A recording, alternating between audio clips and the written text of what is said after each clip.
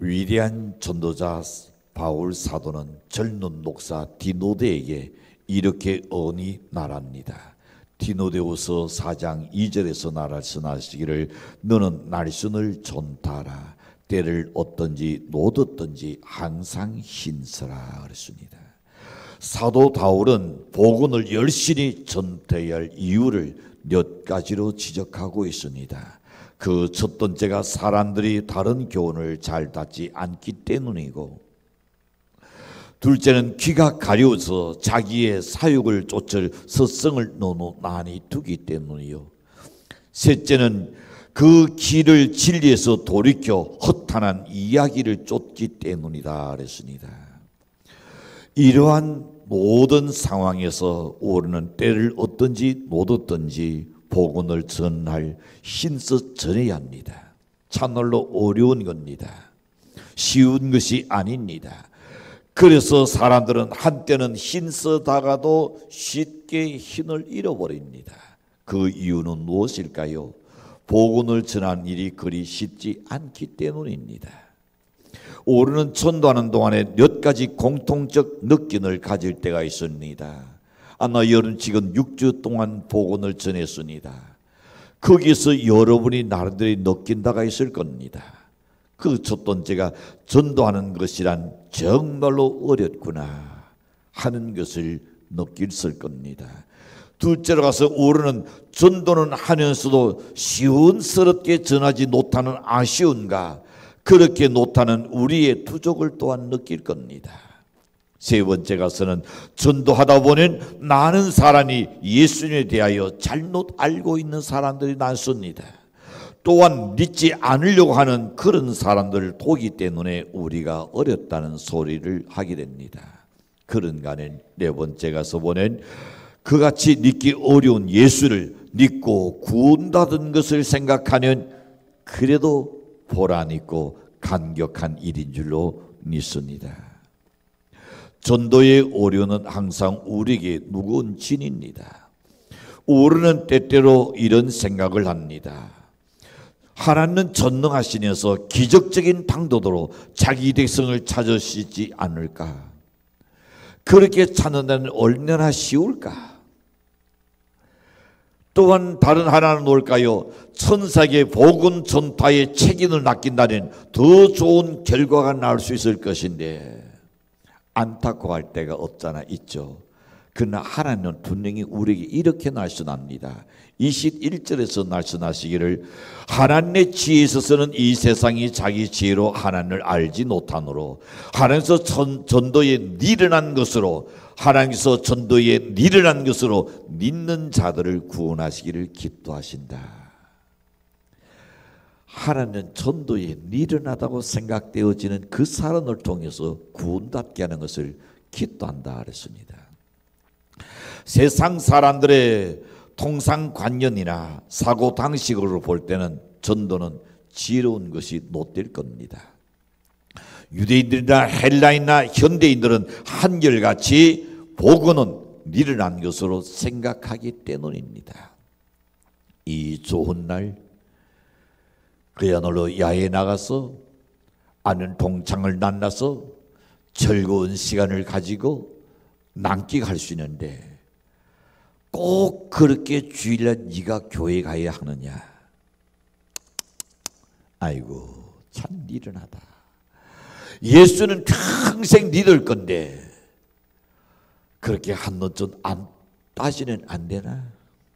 우리를 미련하게 생각할 겁니다.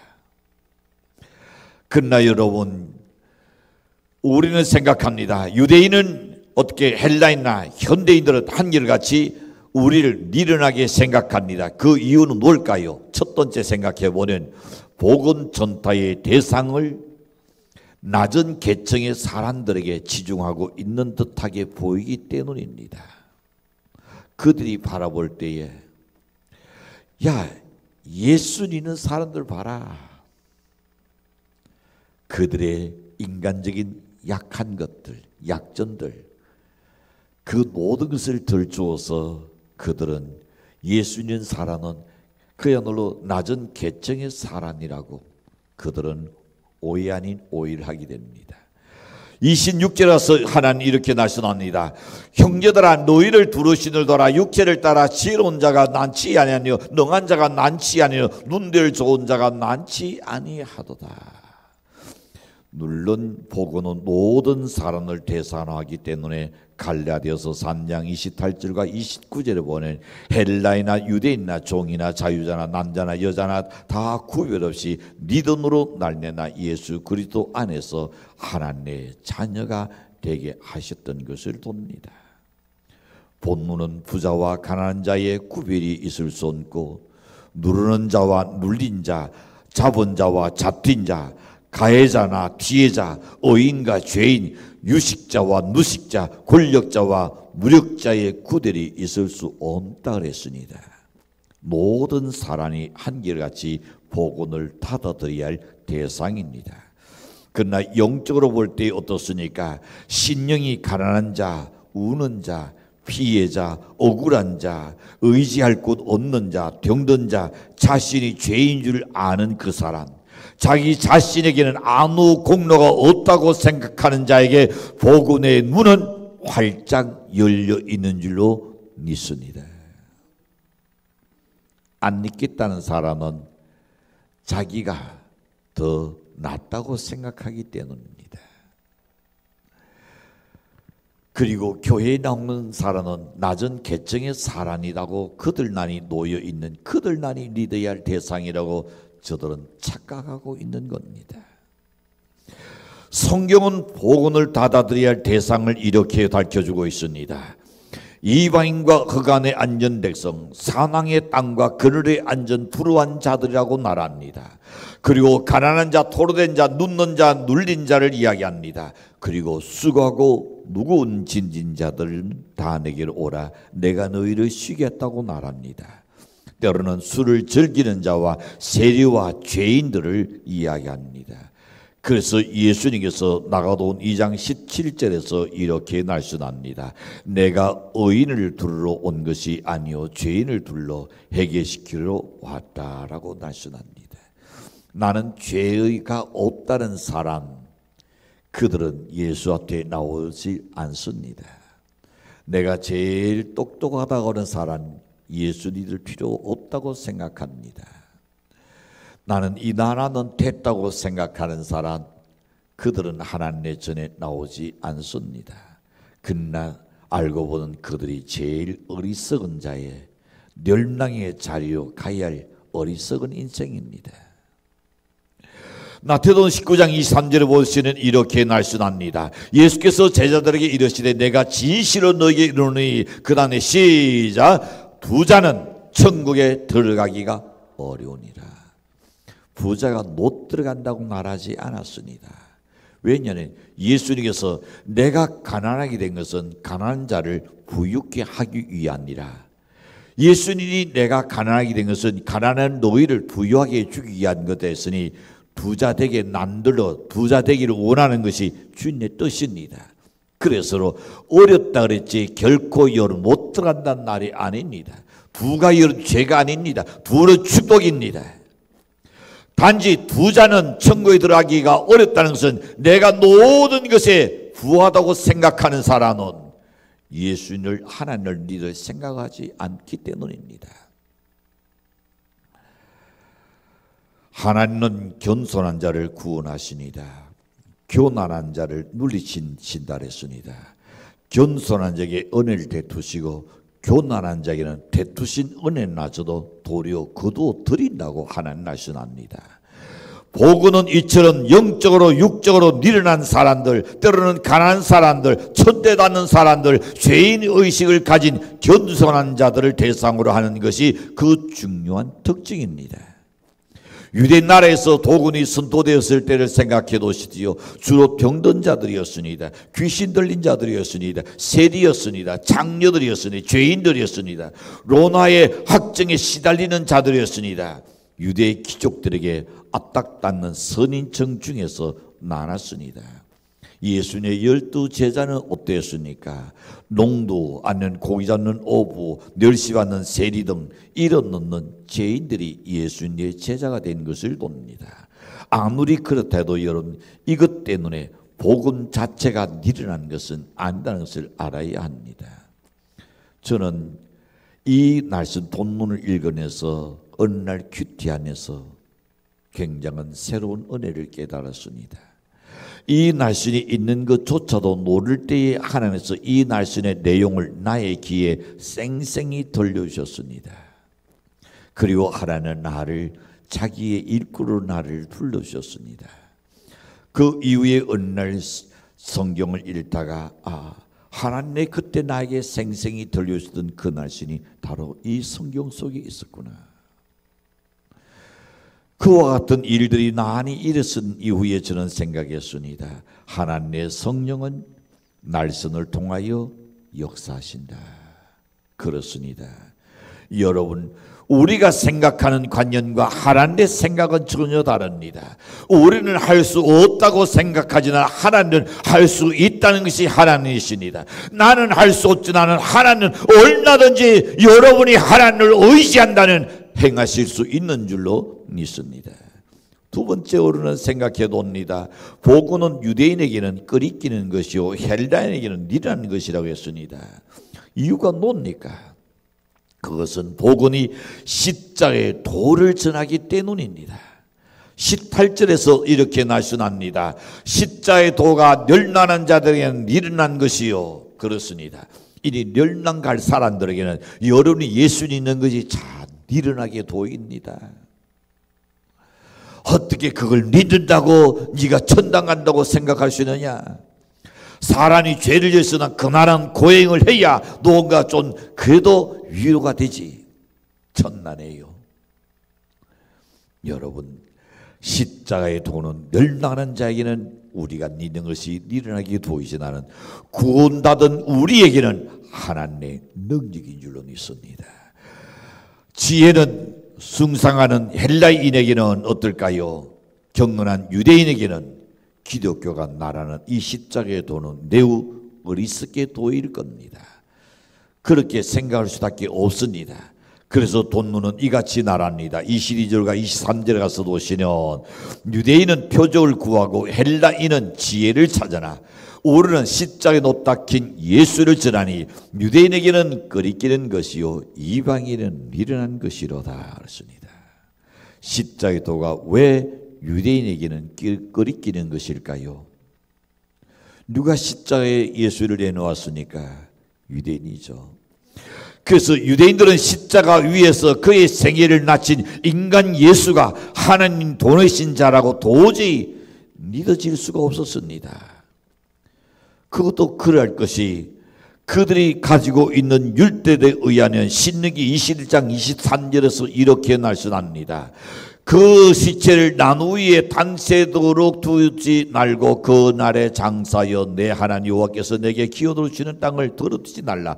나무에 달린 자는 하나님께 저주를 받았으니라.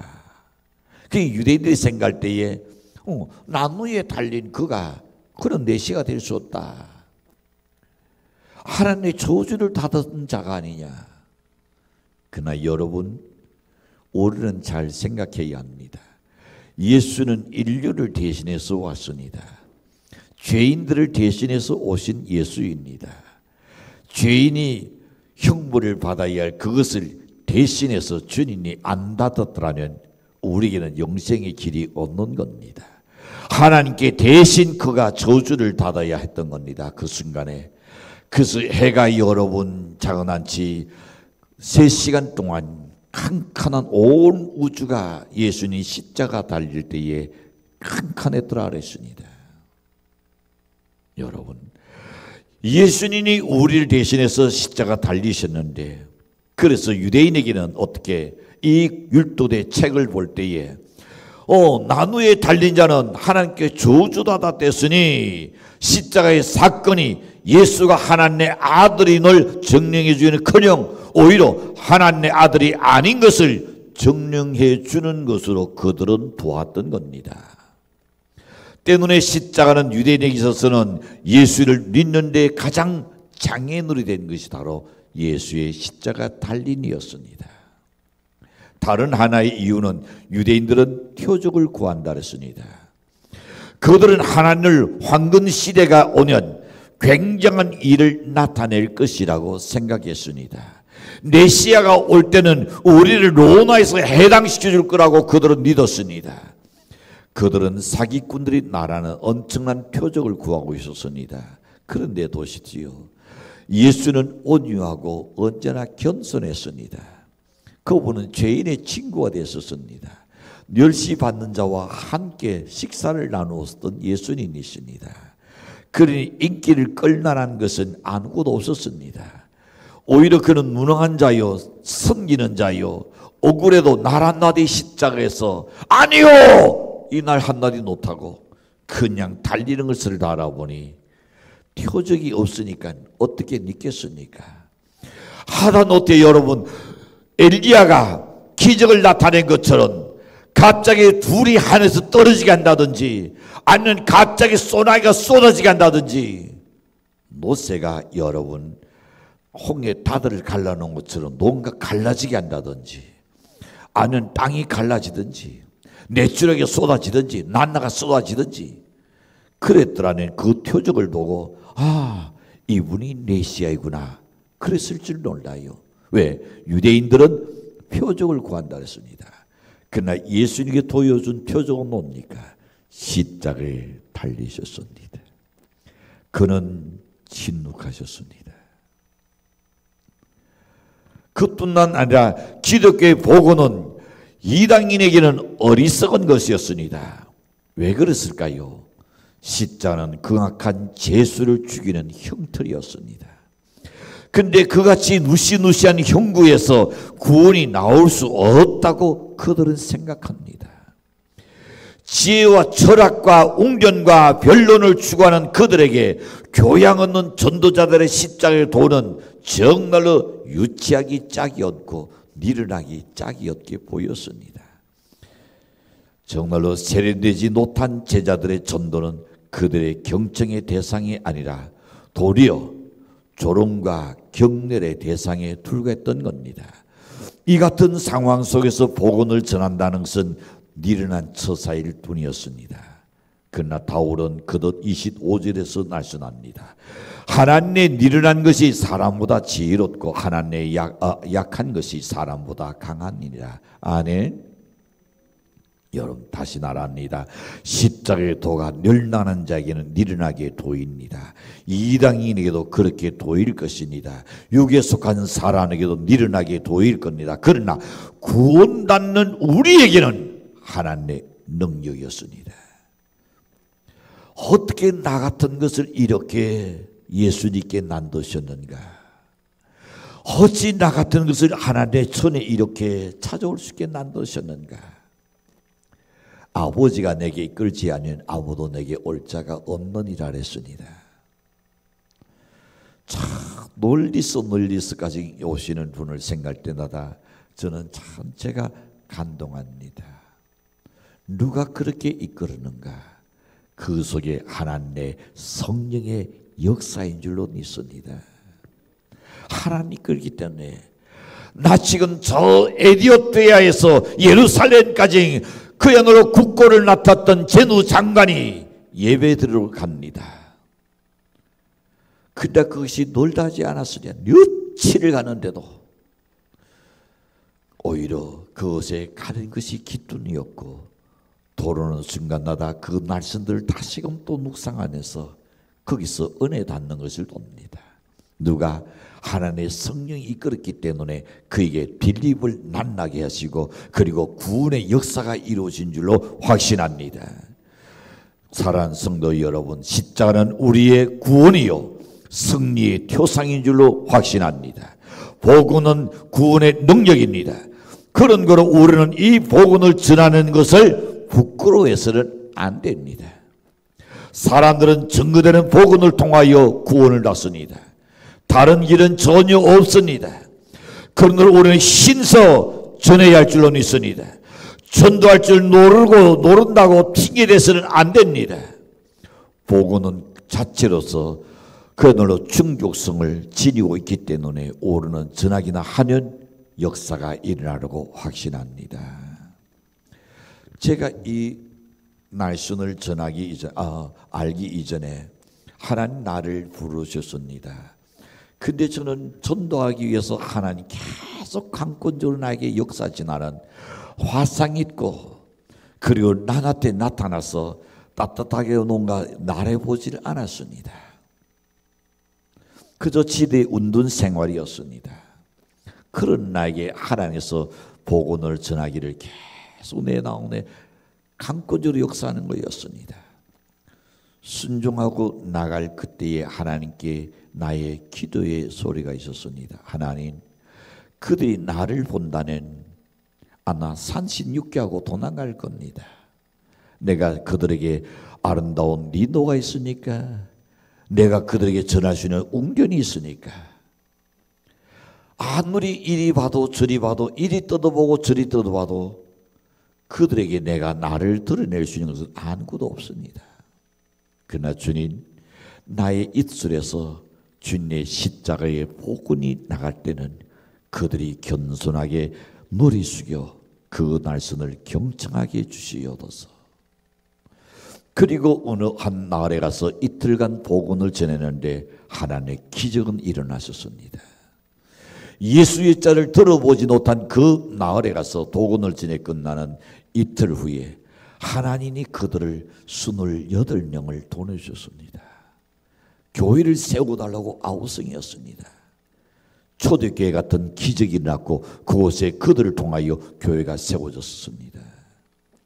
여러분, 오늘 우리가 비록 복음을 전하는 것이 여러분 어찌 보든 리들하게 보일지 모르지만은, 어찌 보면 복음을 전하는 자가 헛술하게 보이고 약하게 보일지 모르지만은, 그러나 여러분이 전하는 그 복음은 하나님의 능력이기 때문에 상대편의 나온 속에 역사하는 일이 일어날 줄로 확신합니다.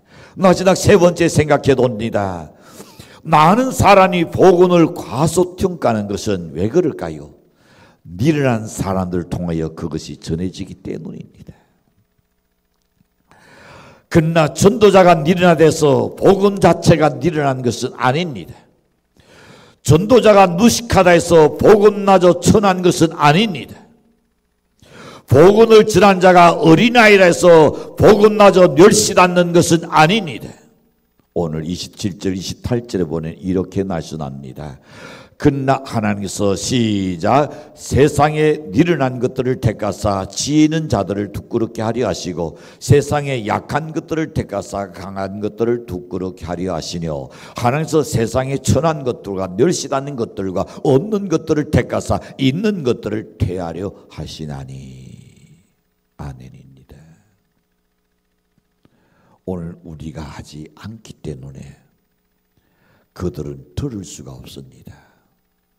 그래서 성경은 말합니다. 전하는 자가 없이 어찌 들으리요 그랬습니다. 연히 전하지 않기 때문에 그들이 하나님 앞에 나오지 못하는 겁니다. 여러분이 그냥 사랑한다지만 진정으로 그 영혼을 사랑한다면 가난에 있을 수 없습니다.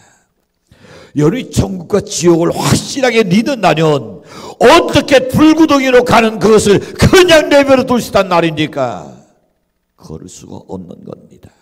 내가 사랑하기 때문에, 그가 멸망하는 것을 볼 수가 없기 때문에, 나를 위해서 그처럼 애써주고 나를 위해서 헌신해주고 나를 위해서 수고한 그것을 그대로 내버려 수 없기 때문에 우리는 복음을 전해야 합니다. 우리도 우리의 약함을 전하지 않고 복음은 강한 겁니다. 그 사람 속에 역사하는 겁니다. 하나님의 날씨는 생명이 있다 그랬습니다. 어떤 때는 입원한 환자가 불신 의사에게 복음을 전해서 예수 믿은 사람도 없잖아 있습니다.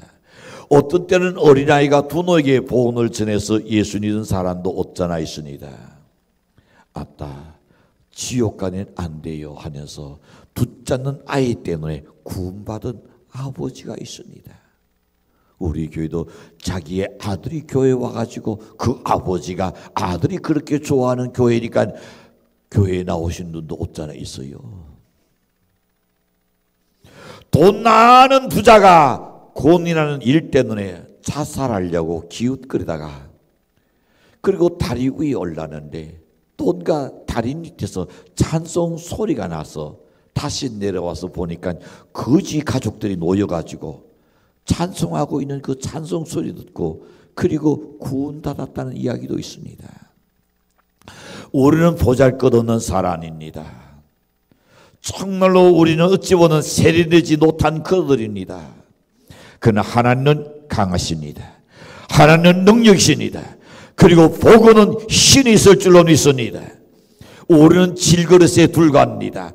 그렇지만 질그릇 속에 무엇이 보화가 들어있듯이 우리는 미천에도 우리가 전하는 복음은 진리입니다. 하나님께서 보잘것없는 우리를 통하여 둔한 우리 입술을 통하여 많은 사람을 구원하기를 기도하신다고 말씀하셨습니다. 비록 미련한 사람들이 미련한 당도도로 전됐지만은 하나님은 능히 구원하십니다.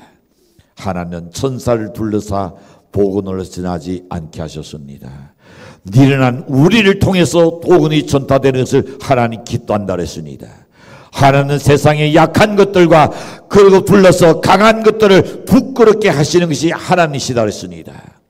복음을 전하는 수단인 우리의 약한 때문에 복음 자체가 약한 것은 결코 아닙니다.